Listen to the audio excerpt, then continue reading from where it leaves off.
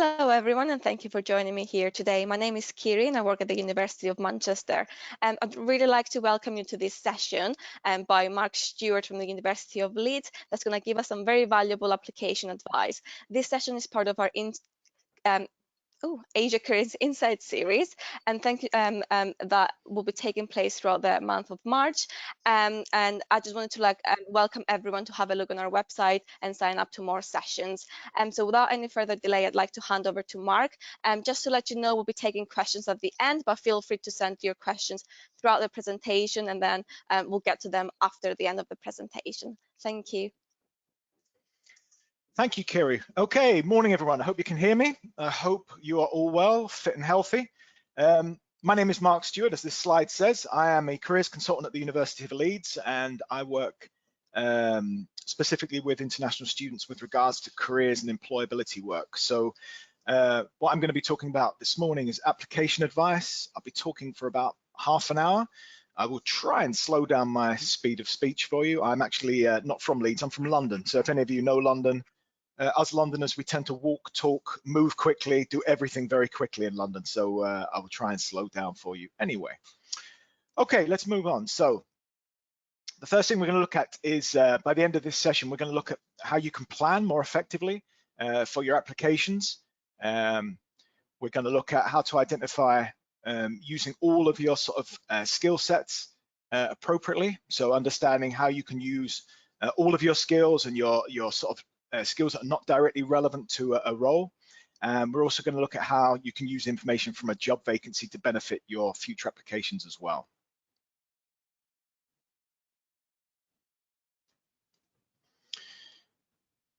Okay. Seem to have a problem moving the slide. There we go. Okay, so I have 5 steps to a successful application, and the 5 steps are here. So I'm going to talk about this for most of my presentation. The first one is around understanding the job vacancy. So understanding the actual job vacancy that's in front of you. And most of the job vacancies will be very similar that you'll see globally. So that's whether it's the UK, in China, India, Pakistan, Hong Kong, etc. The second one is around research. And this is a very important aspect for your applications, as well as the feedback that we get from employers at Leeds, at the University of Leeds as well. It's a main reason sometimes why applications are rejected. The third thing is around the sort of common types of questions you'll get on application forms. Fourth one is around evidence and targeting, because I think as a careers consultant, that's most of the work that I do one-to-one with students. And then the last one is about speculative application. So I've called it speculate to accumulate, which is a saying we have in the UK, but it's about speculative applications for jobs as well.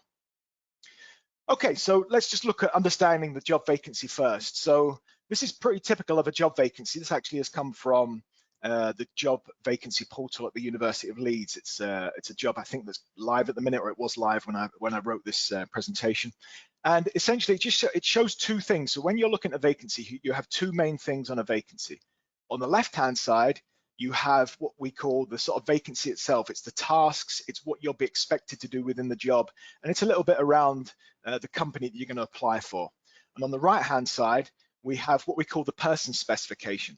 And the person specification is incredibly key to your applications. It's incredibly important to how you answer application questions, how you write a cover letter, even targeting your CV to a company.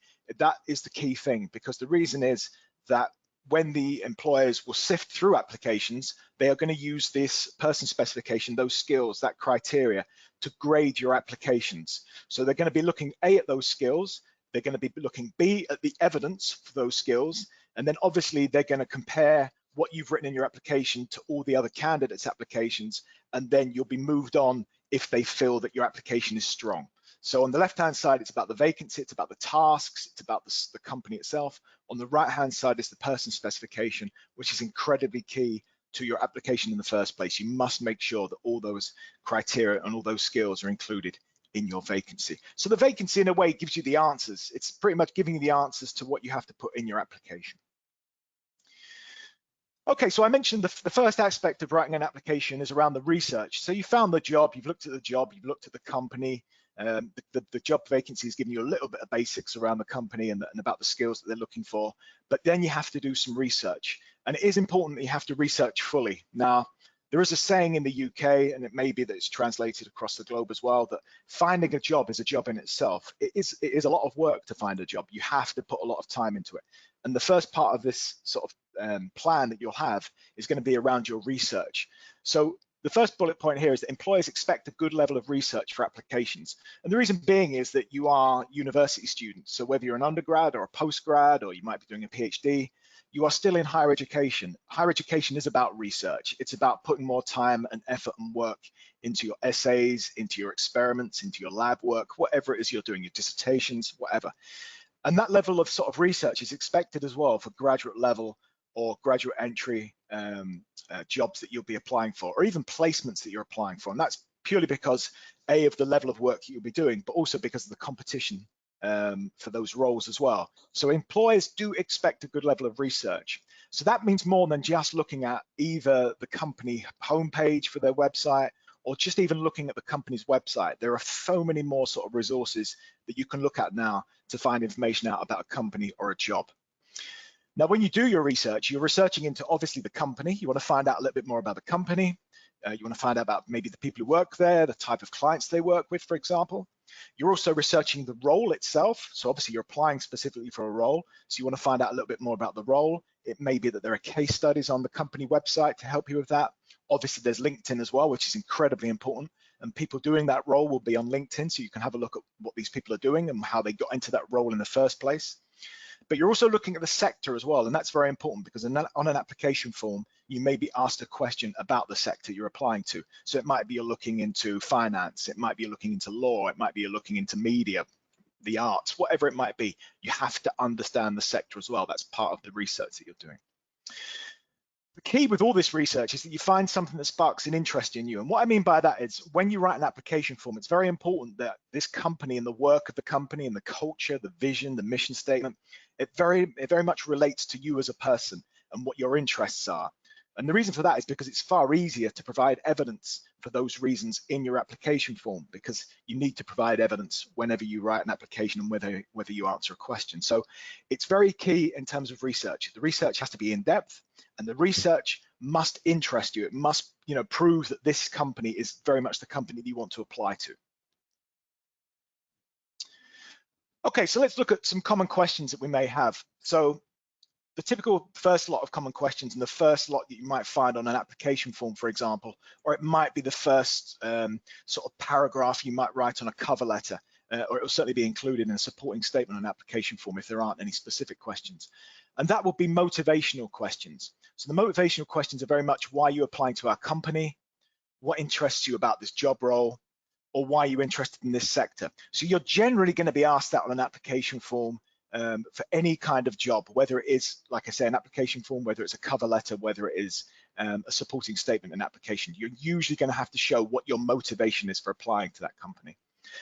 Now, the key thing here is that you must personalize the reasons for applying. So most of the application forms that I might see in the first instance from a student, they may have a lot of information about the company. They may show some great research into the company, but what they don't necessarily show is the reasons why that individual student is particularly keen on the company. So it might be that that company has picked out that it's an international company, it's a global company. And obviously, if you are an international student, then obviously you're going to be looking at companies that are international because that matches very much your skill set.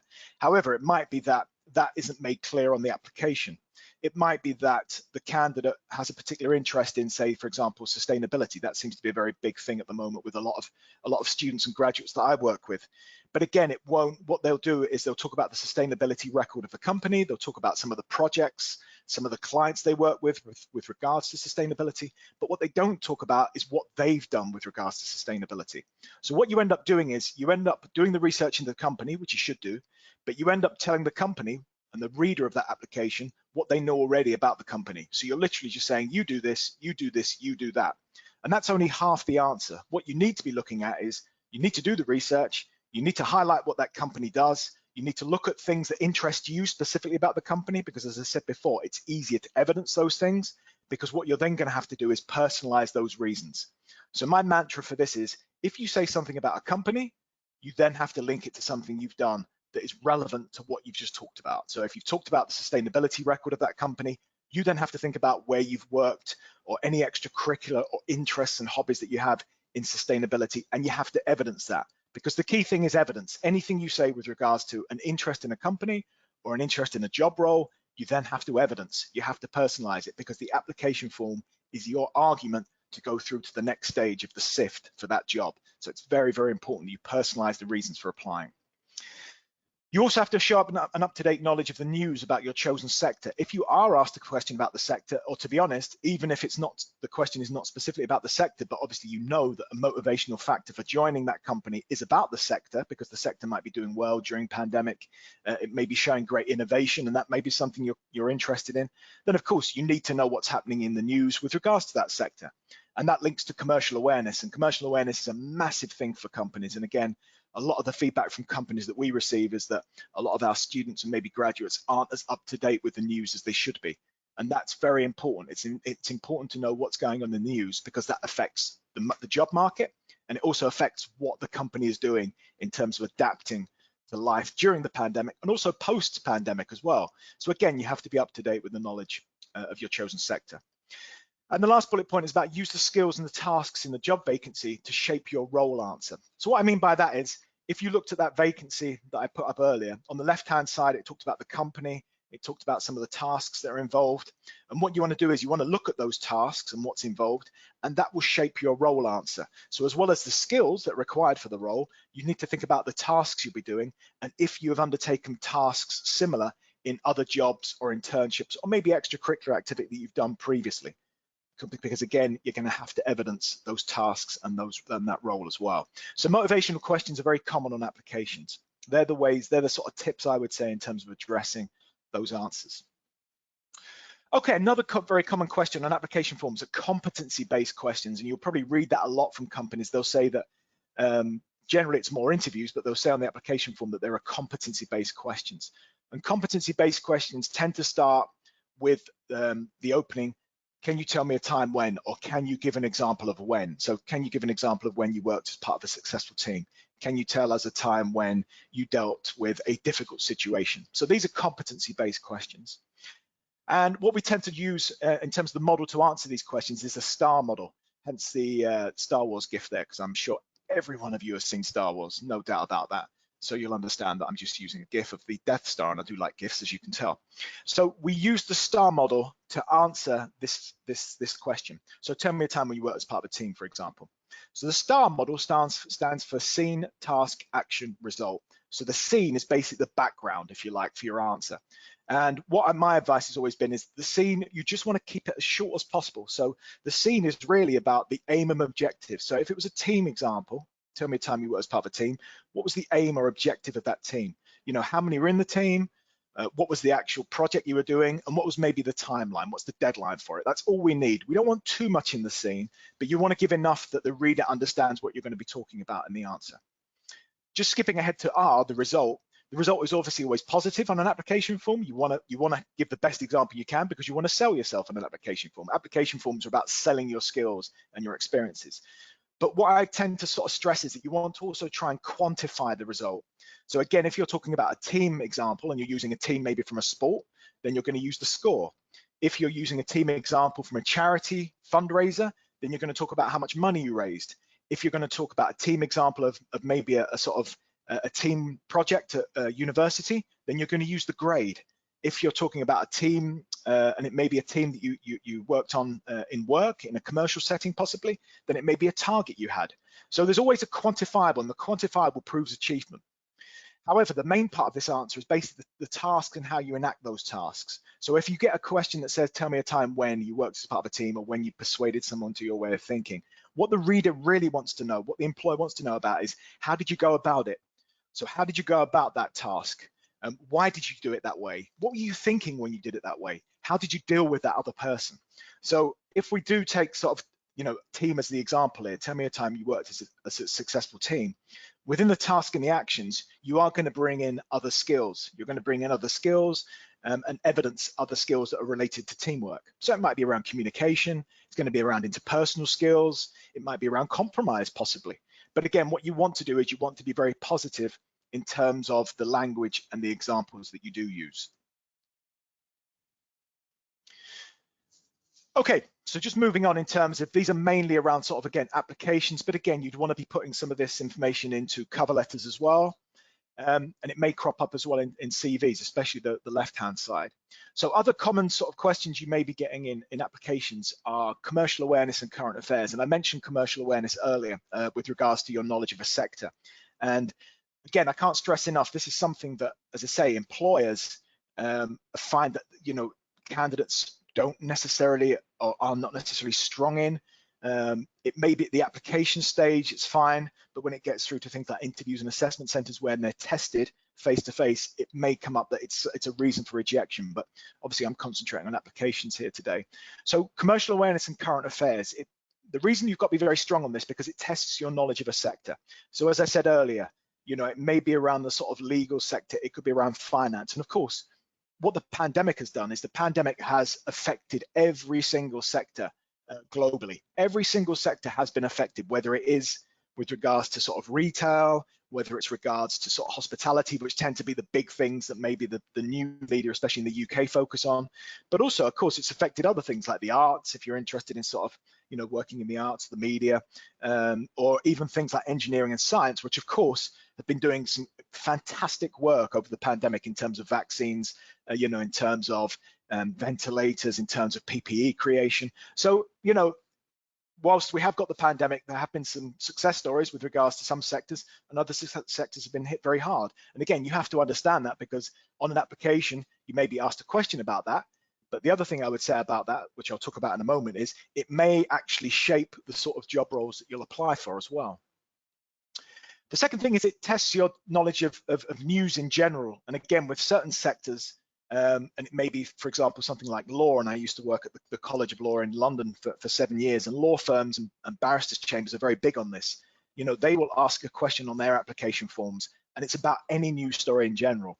Some consultancy firms do this as well. Some finance firms do this. So on the application form, they'll just say, you know, tell us about a news story at the minute that interests you and why. And that's simply it.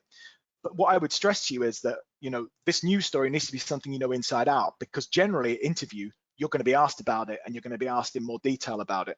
So if you do mention something, it's got to be something you do know inside out, because you'll be questioned further on that. So again, that just shows that you have got an understanding of the news, you've got an understanding of what's happening in the news, and of course you need to dig a little bit deeper when you answer these questions, because the application is your argument to go through to the next stage of the process, whether that is straight through to an assessment center, or whether it's through to a psychometric test, or a video interview, or a telephone interview. The third bullet point is how what you're reading about affects the work of the company. And again, if you look at the pandemic, you know, there's a lot of things that are happening in the news that are affecting the work of a company. And obviously the company and companies are having to adapt and be very agile at these times. So a lot of companies have had to adapt in terms of just their core work. But at the start of the pandemic, what hit me was a lot of companies were looking to adapt to help the work of the scientists and the work of the healthcare workers. So we had people like in the UK, the McLaren team, the Formula Motor One racing team, McLaren, they were actually, their engineers, rather than working with the Formula One cars, were actually working on ventilators. They were building ventilators. And we had people like Burberry, who are a fashion house, they were making PPE out of raincoats. So that was very interesting in terms of how they were adapting. And again, I would expect any student at that time who was being interviewed by their companies to understand and know about that, because that's something that you'd want to be talking about at an interview, but also putting on an application as well prior to that. So that's very key as well. And as I said at the end, it's basically about what kind of stories you're keeping up to date on as well. And I think what you would want to do is, because you're expected to be well read, is that it wouldn't just be stories around the pandemic. You would have to be reading, as I say, the news in full, because, you know, it might be that if you did get to a stage interview, it may be a company would let you talk about the pandemic and then ask you, well, actually, is there another news story that you can talk about as well? So it just shows that you're very well read. In terms of the one on the right-hand side, I mean, these do crop up on application forms. They come up in interviews as well, but these questions around personality and fit. So there are, as I say, the main sort of questions on an application form are going to be motivational, competency, commercial awareness, and current affairs. You may get the odd personality and fit question, and this is just basically questions about your interest. You've probably seen them. You know, tell us about your interests. You know, what do you do outside of your studies? You know, it's just a very general sort of answer, just a very general question, excuse me. However, sometimes you may get quite left field questions. So again, I've certainly worked with students on application forms for very creative companies, so marketing companies. It might be companies within the media. Again, back to my sort of College of Law days, you know, lots of law firms ask these sorts of questions, but equally people like Google, you know, anything that has a sort of creative element, or maybe is very strong on the commercial awareness, very strong on current affairs, will ask these sorts of questions. And a left field question is where they may ask you, if you could invite 3 people to dinner, who would it be? You know, there are questions like Google or Yahoo or some of the sort of more creative social media companies may ask, which is, you know, how many tennis balls would you get on a bus? I remember one that was, how many street lights are in the UK? You know, and so they'll ask you that one. Obviously, in an application form, you can Google it, you can spend a little bit more time on the answer. But of course, when you get to the assessment center or the interview, they're going to ask you, well, how did you work that out? And what resources did you use? And they may even ask you a different type of question. And the whole point of these questions is it's just to see if you fit the culture of that company. So sometimes it's just to see that you're well read, that you've got an interesting sort of background, that you understand people out, you know, out in the news or maybe in history, which is why you may have the dinner question. But sometimes it's just to see if you've got a sort of a sense of humor maybe, or that you can adapt and you can sort of you can answer questions like that very quickly, or in a very sort of informal way, if you like, on an application. Because again, the whole point of this is that you'll fit the culture of the company and its staff. So some cultures are very corporate and hierarchical, and maybe there's elements of bureaucracy in there. And other companies, such as maybe startups or maybe some of the SMEs, they're much smaller. You may be in a much smaller team, and you have to fit in with the culture of that team. So that team may be a little bit more informal. You know, there may be a lot more sense of humor in there, and that's why they may ask those sorts of questions. That's why. But what I would say is there's no right or wrong for these answers. You know, unless you pick, I mean, 3 people at dinner, unless you pick people who obviously, you know, maybe you're in the news for the wrong reason at the minute. There's still no right or wrong answer to that, but it will be discussed at interview. So anything you put on an application form, and this is quite key, you know, you will be asked to interview, or you could be asked to interview. So remember that when you fill an application form in. Okay, the next section, as I said, the sort of steps to a successful application, evidence and targeting. This is key. As I said at the sort of start, I think probably 80% of the work that I do one-to-one, if I'm talking to students about, you know, anything they want to get into in terms of careers or sectors, or if I'm looking at an application or mock interviews, you know, 80% of the work I have to talk around is getting that student or that graduate to understand, you know, what they've got on their CV and how to sell that to an employer. Now, I appreciate that, you know, some of you might be looking at working in the UK, some of you might be looking to work abroad. And as I said at the start, you know, I'm responsible for putting on workshops with regards to careers and employability at the University of Leeds with my colleague Jan, who looks after the employer side. And, you know, both Jan and I have been lucky enough to travel with the job.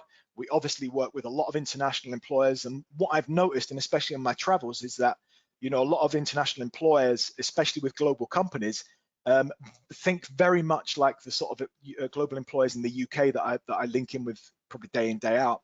And that's basically around sort of what they want to see from evidence and the type of things that they're interested in. So maybe sort of 10 to 15 years ago in certain countries, you know, those employers were just interested in what your grades were and where you studied in the UK, and that was it.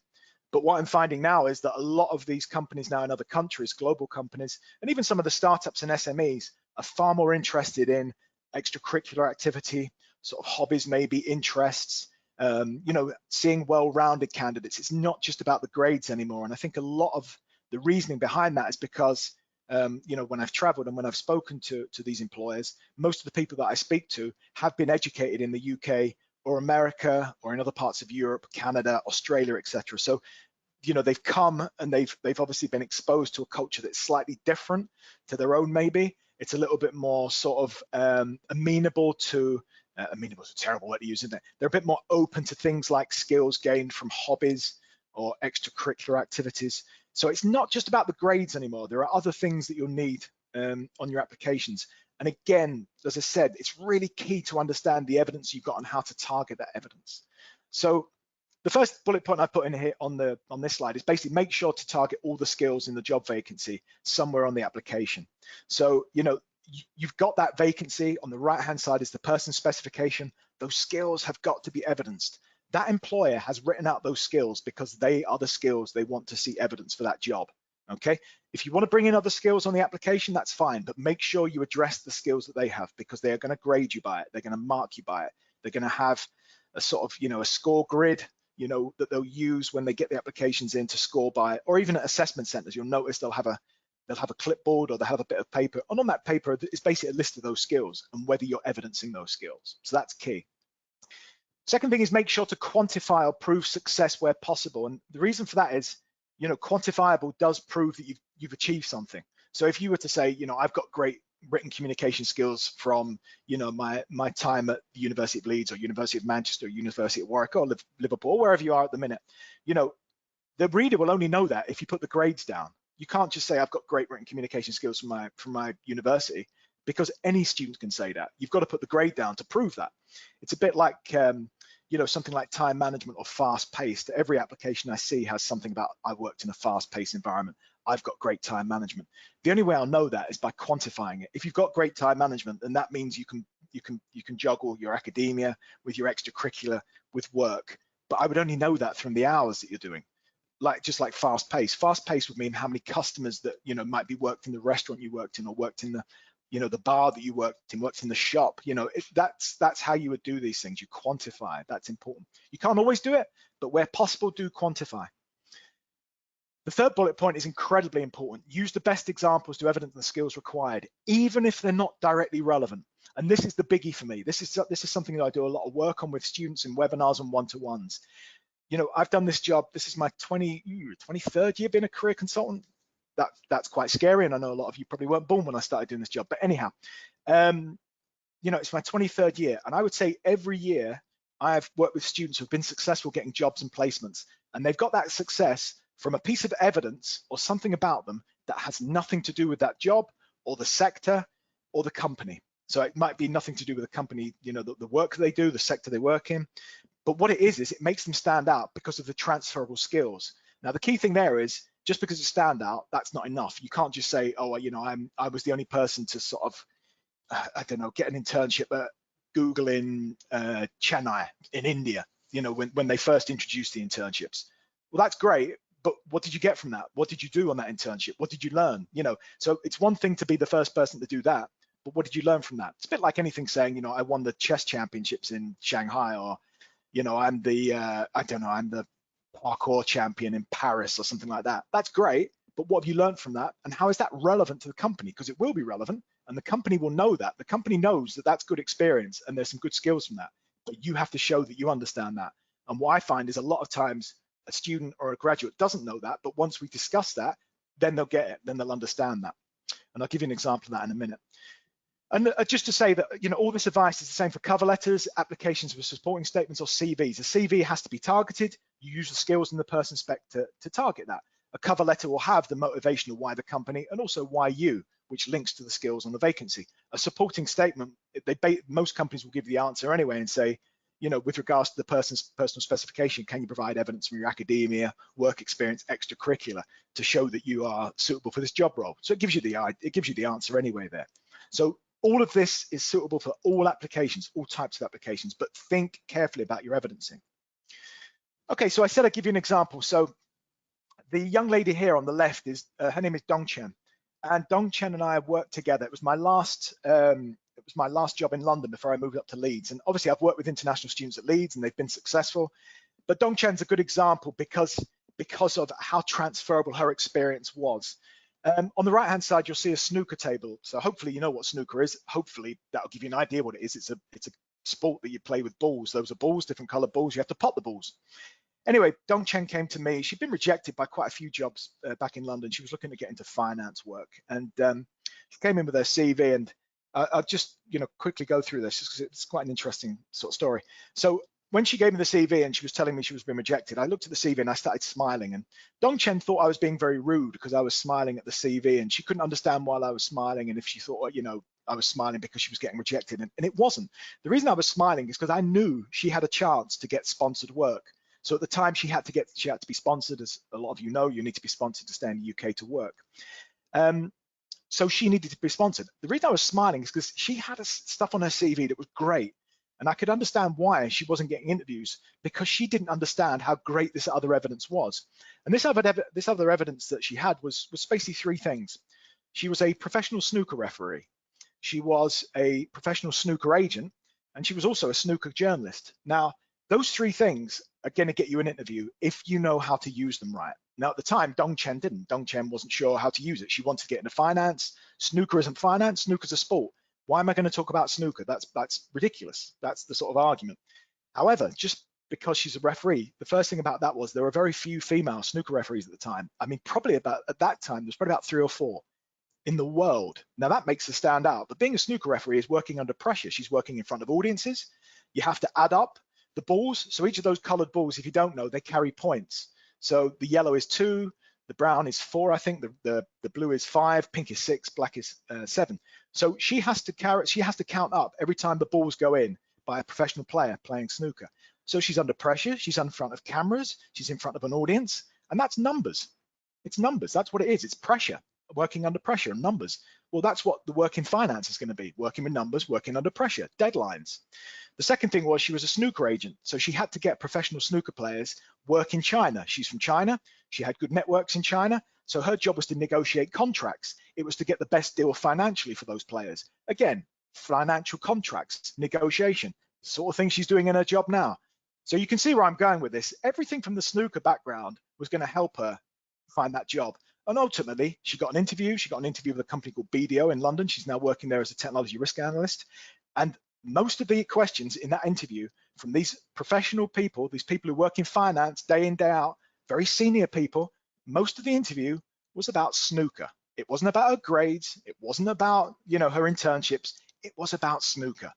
And that's why it's important not to dismiss any experience so long as you can sell it. Just like Dong Chen did, which was great, and she's doing very well. Okay, so the last thing I put on here is about speculate to accumulate. So this is really key as well. So not all jobs are advertised on job boards. So looking at job boards is great. It's a great way to find work, but it's also quite a passive, what I call quite a passive thing. So you're just waiting for a job board to update. So you're sitting on a computer looking for a job board to update. There is very much a hidden jobs market as well. That's not just in the UK, but globally there is a hidden jobs market. And this really is based on networking, it's based on curiosity, it's based on being proactive, and it's based on speculative approaches. Now, there are certain sectors in the UK where lots of jobs are hidden, and the ones that come to my mind immediately are fashion and media. So before I became a careers consultant, I actually worked as a journalist. I worked as a journalist for 4.5 years, so I worked on magazines in London. And I got the job because I knew someone. I graduated from university, wasn't sure what I was going to do, was looking around for work, had a friend that I went to school with. They were looking for someone to come in for a week just to send out prizes for their magazine, and I ended up staying there 4.5 years. That was just because of who I knew. And again, it's around networking that's very important, but it's also curiosity. And as I said before, commercial awareness, where you understand what's going on in the world and you have a look at the sectors that are being affected by the pandemic and those that are reacting really well and are very agile, or around, more, there may be more funds being made available to certain sectors. So at the minute, obviously the education sector has about 700 million going to be pumped into it to children who have missed out on school over the last few months. You could look at that and think, well, actually, if they're pumping that much money into education and maybe they need people to help out over summer classes, and that might include things like sports, you might be qualified in a certain sport. You might want to get in touch with the school and say, look, I'm qualified in a certain sport. Is there going to be any work over the summer that I can get involved with to help these children? It might be around their sort of physical activity, mental well-being, which of course sport's good for. So, just by looking at a story, you might think there may be a job there. There might be an opportunity. And that's where a speculative application comes in. That's where you think there might be an opportunity. So let me get in touch with someone who is mentioned in that article, mentioned in that post. And that's about speculating to find out if there's anything there. And what I've found over the last few years is that it's good for generating opportunities for postgraduate students, because postgraduate students find it very hard in the UK to access internships, because internships in the UK are around June, July, August. Pre-pandemic anyway, you would have been in the office, not necessarily online, you'd have been in the office. And of course, a postgraduate tends to work September to September, may not be able to access that internship full time. So they have to generate opportunity, which is what a lot of the postgraduates that I've worked with have done. They have generated opportunity through networking on LinkedIn, through connecting with companies on LinkedIn and finding work that way, or maybe even taking part-time work as well. So it's a very creative approach to some of the more competitive sectors as well, such as fashion and media, where you've really got to sort of understand the sector, you've got to network with people, and you've got to show off your skills. You're going to have to sell your skills to them as well. So as I said, that's around commercial awareness. It's an understanding of LinkedIn. I'm sure all of your universities run LinkedIn sessions. And it's dealing with your existing connections as well, because sometimes you dismiss people you've worked with before, or even members of the family, but they're a good starting point. If they can't give you a job necessarily, or can't offer you the opportunity to apply for a job, then they will have information about a sector, and that will help you. And it might be they know someone who knows someone who knows someone. So networking is very important for this sort of, this hidden jobs market that we have as well. On the right-hand side there, just at the bottom is an example of, it's not a student that I've worked with or a lead student, but it's an example of a CV, a very creative CV for a creative industry. It's for a graphic design job. And this student actually created a CV on a cereal packet, which is just a phenomenal piece of work. But if you go onto LinkedIn over the last year, I've seen a lot of great applications, very creative, from students, including ones that I've worked with as well. Okay, so just in conclusion, so the key thing is that you research the company thoroughly. You've got to know the company and the sector thoroughly. Preparation is key. It's the key for anything. You know that. You know it's key for your, if you do an exam at university, preparation is key. If you're going to take an exam in a musical instrument or a dance, or you're maybe going to play a sport, then it's about your training. So it's the same thing for your career as well. If you mention a webinar or a speaker in your application form, make sure that that speaker and the content from that webinar is in the body of the application. And the reason I say that is because I read a lot of cover letters and a lot of applications that say, my reason for applying for this job is because I attended a webinar given by your company. And that's it. There's no other mention of it. Now, if that's a main reason for applying to the company, then there should be some more evidence from that webinar in the body of the text, so in the body of the cover letter or the application form. So do use that, because again, you could be one of only a few people who actually access that webinar. So there's only a few people who actually listen to that information. So that's good that you can put that in an application, and it makes you stand out because the person reading it will know you're one of the people who were there. Make sure you know yourself inside out and how to sell all your experience properly. That's key. You've got to understand that in certain countries and in certain sectors, they're going to value experiences outside of academia, and they're going to value experiences that aren't even directly relevant to the job you're applying to. So there's lots of experiences all of you will have that you really need to understand and sell to an employer. That's key, because the other thing around this is that you use your best evidence whenever you apply for something. So you evidence all the skills of the vacancy. That's what the employer is looking for. But obviously, the best evidence is going to get you through to SIFT. And if that evidence comes from something that's not directly relevant, then that's what you're going to have to use. But make sure you're clever with how you evidence that. Okay. Take time with the applications. Focus is needed. You have to have focus. I know sometimes students will say to me, "Oh, I've knocked out 10 applications this week." I mean, I know how to write an application form. I can't do 10 in a week. They're just going to be very wishy-washy. They're not going to be focused, and the employer in the end wants people who are focused. Yeah, that's very, very important. So the focus is good research, good spelling, good grammar, good evidencing. That's the key. Okay, take time with the applications. I usually advocate having a list of vacancies. So a lot of students that I've worked with previously, they have maybe spreadsheets where they've got the name of the vacancy, the deadline date, anything about that vacancy that maybe stands out to them, or maybe they've attended a webinar, so they put the name of the person who gave the webinar. So it just means they're very organized, which is great. It makes a lot of sense. And the final thing is keep a copy of your application and vacancy for reference as well, because you'll need that for the interview. And again, a lot of times the vacancy has disappeared from the internet, and the student may have a mock interview and think, I haven't got a copy of the vacancy. So keep a copy of the vacancy and the application ready. So even if it's a sort of cut and paste, or you print screen it and paste it into a Word document or whatever, keep one handy. Thank you. Any questions at all? Thank you so much, Marc. That was an excellent presentation. I did particularly like the use of GIFs in it. Yes, we've had a few questions coming in, but just to encourage the students to ask any remaining questions they have now. So one question we received, and there's quite a few first-year students actually with us today. So a particular first-year student was asking, what advice do you have specifically for them? How early should they start working on their CV and cover letter? What sort of experience they can access as first years, and then how early do they need to start applying to things in year 2 or in consecutive years? Brilliant. Thank you, Kiri. Okay, brilliant. I love the fact there are first years on here. Love the fact there are first years on here. So I do teach first years in the business school at Leeds. And what I tend to advise them is, the first thing is that, what you want to do during your first year is what I call chip away. And chip away means, do something this year, but don't sort of freak out. Don't beat yourself up that you haven't got this internship or you haven't worked for this company and that may be a company you're particularly interested in. Yeah, don't worry too much about the minute. What you want to do is just chip away and do something this year as well as your academia. So it might be you get involved in an extracurricular activity. It might be you do some volunteering. Have a look at maybe some of the, if you are interested in a specific job, have a look at the vacancy for that job, look at the person specification that I spoke about today, and see if there are any skills there that you need addressing, anything that you need to work on, because again, you've got a lot of time to work on those skills. So it might be you need additional evidence for that, or you may have to build up that skill. So that my advice to the first years is just chip away and do something, because the other thing about it is you may have an interest in a job already that you want to graduate into, and that's great. Keep an eye on that. But what I find is a lot of first years, they may not know what they want to do, and they might start getting a bit worried about that. And what I'd say to them is, look, don't worry, just keep an eye on the news, keep an eye on what jobs are out there. The reason being is because if you think about it, 12 months ago, we never had test and trace analysts. Yeah, we never had COVID scientists. They didn't exist 12 months ago. Yeah, and those jobs have been created over the last 12 months. And in 12 months' time, we'll have new jobs.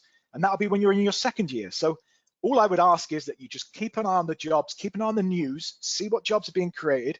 If you have got an idea about a job you like to do, have a look at the vacancy, have a look at the job spec, and just chip away at some of the experiences or the skills that they're going to look for in future.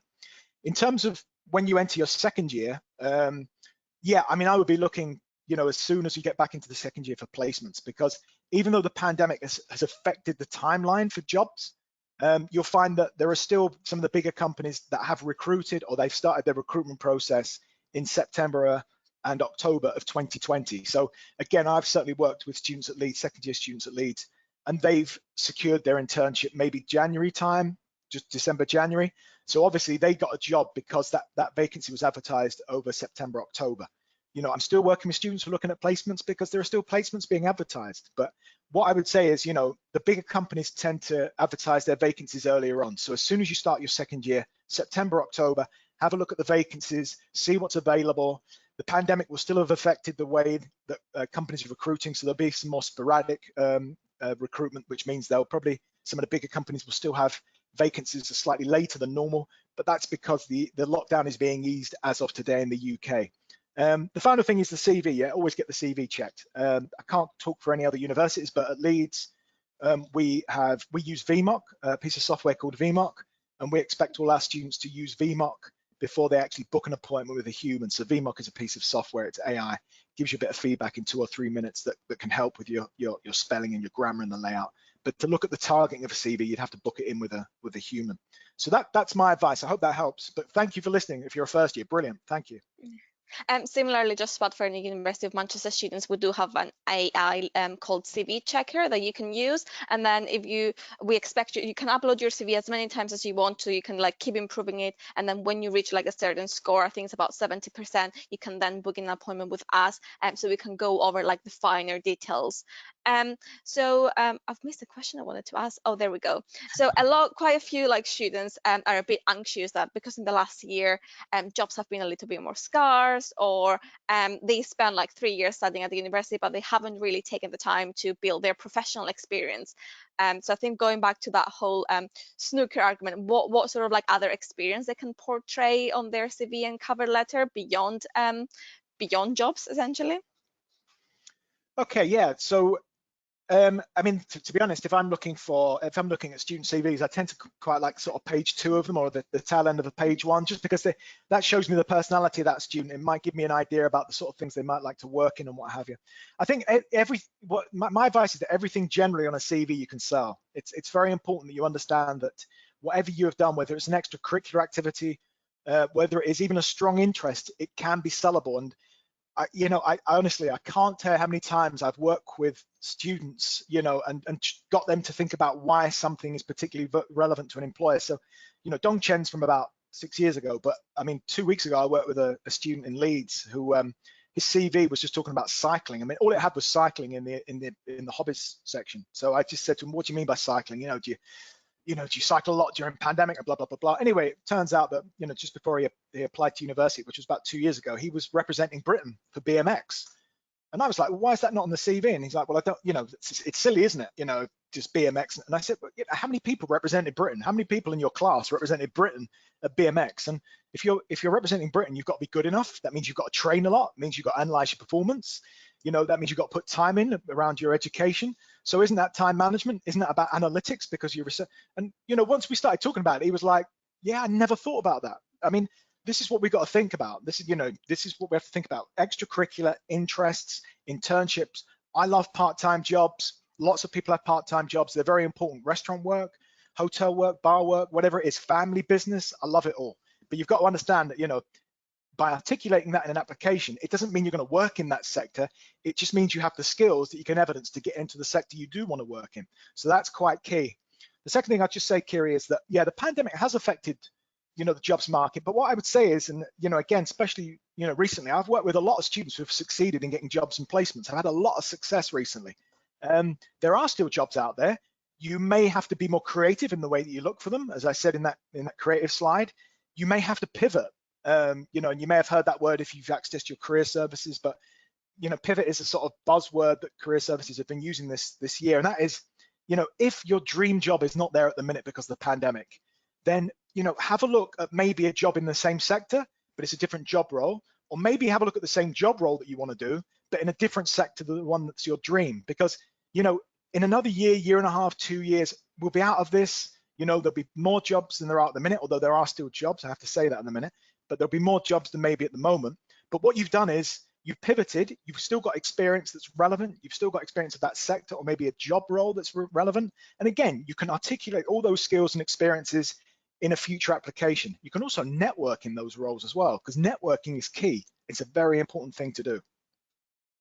Definitely. And I mean, don't undersell the value of, an internal transfer, getting a job at an organization and then moving through a different roles there. So I think that brings me nicely to my next question. A student is asking, is it acceptable to use volunteering, academic experience in your CV? And also, would you put down online courses that you've undertaken, and in which section would you list them? Would you list them under education, for example? Oh, what a great question. Yes to volunteering, yes to academia. You've got to sell everything you've got. I mean, some students won't have any work experience. I appreciate that. I've worked with students who have no work experience. It's not the done thing in their country. So they have their academia and maybe some volunteering, and that's great. Not everybody can have work experience. And whilst, the UK employers do like work experience is in the sort of speech marks. And that means that, it doesn't have to be work experience that's directly relevant, or it doesn't have to be paid work experience. It can be experience from your volunteering, or any project work maybe from your academia. That's fine. You have to sell it. Online courses, absolutely. Lots of students have done online courses over the pandemic. I mean, our students at Leeds, we pay for LinkedIn Learning.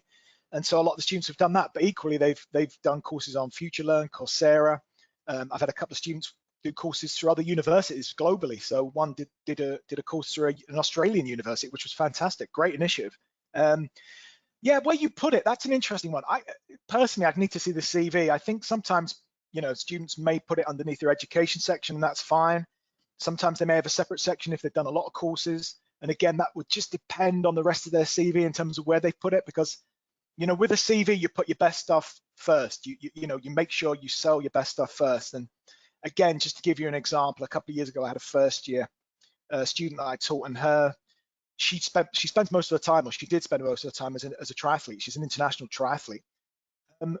And she was worried she didn't have any work experience, but of course she was an international triathlete. That is work, basically. And again, we were just discussing that. And that information was on her second page of her CV. Well, immediately it was like, that's got to go on the first page. That's your biggest selling point. So I'd need to see, I personally need to see a CV to decide what sort of order it goes in. It should go on there, definitely, as should the grades from any online courses you've got.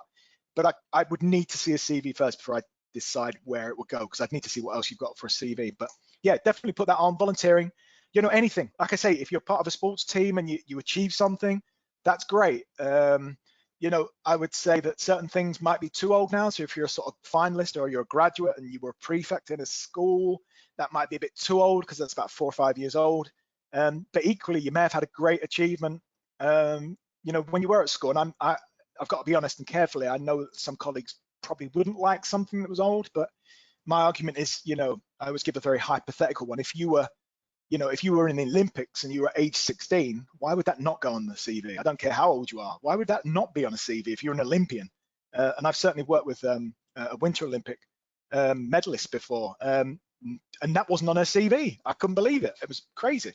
So yeah, any experiences, as long as you can sell it, you know, as long as you make it relevant to the employer, I put it on there.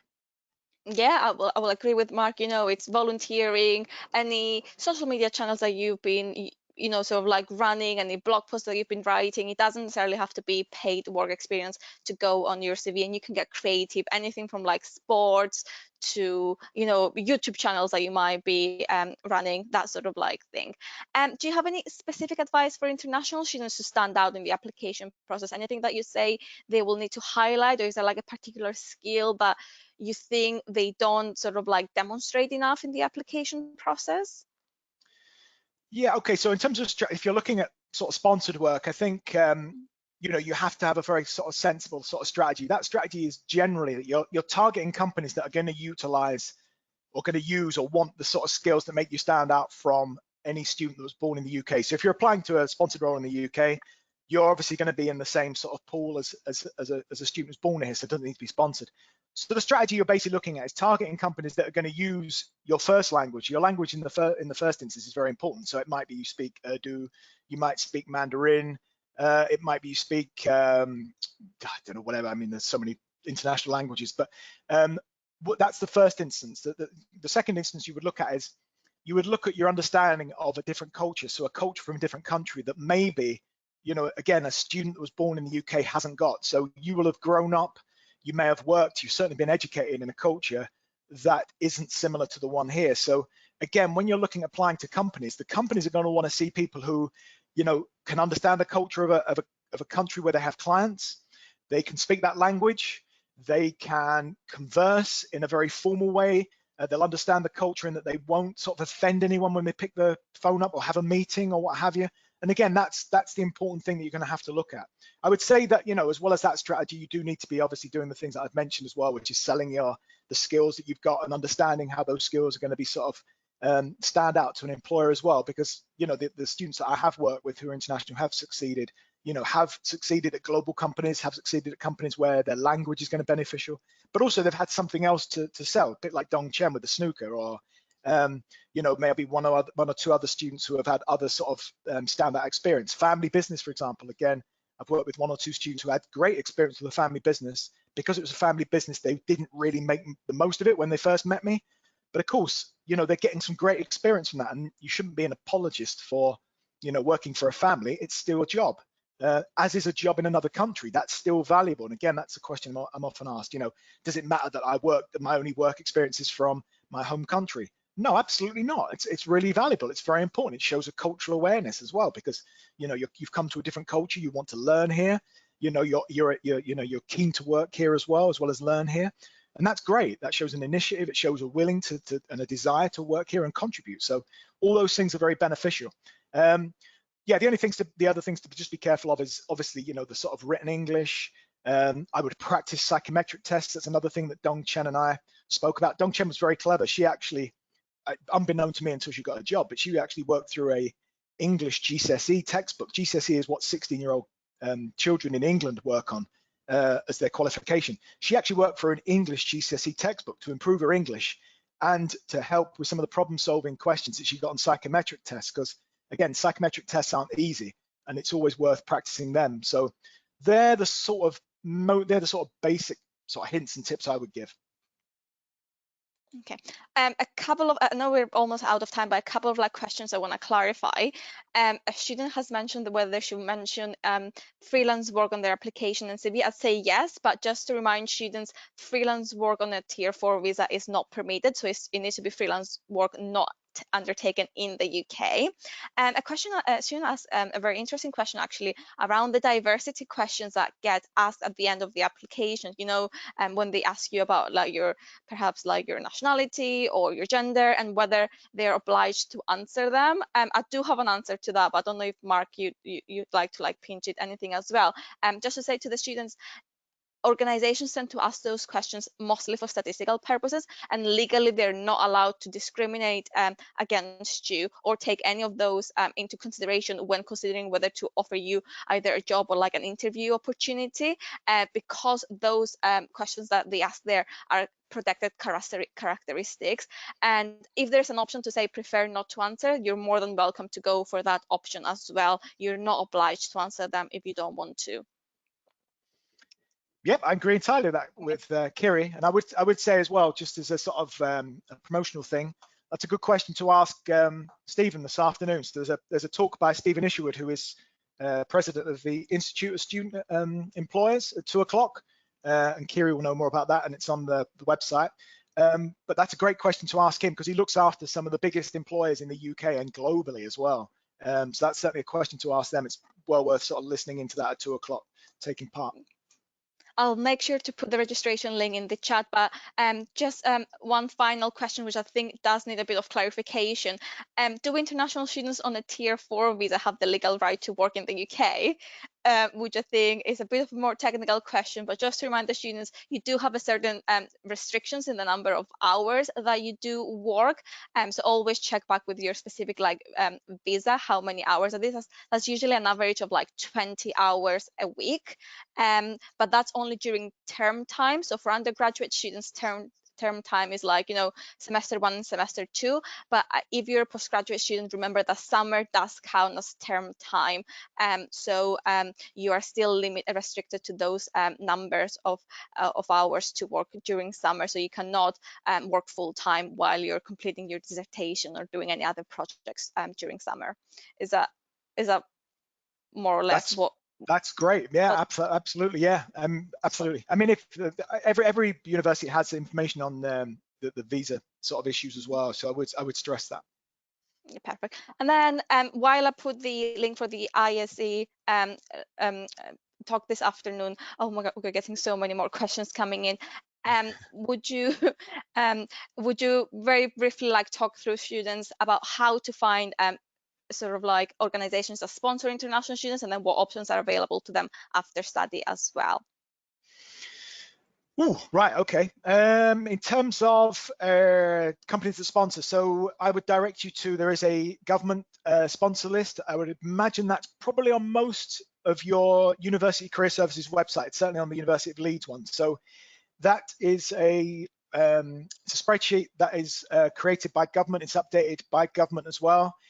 I have to say it's not the best document, because it is updated with companies and added to with companies that every week will show that they're interested in sponsoring.